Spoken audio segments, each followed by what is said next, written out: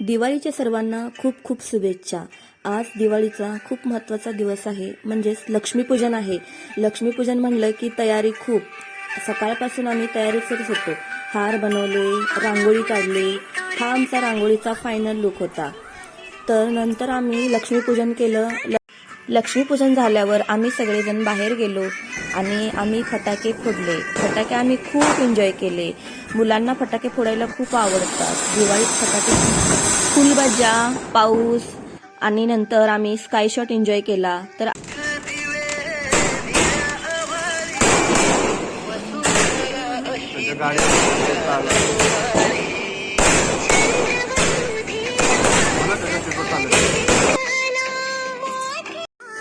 नंतर आम्ही खूप सारे फोटो काढले।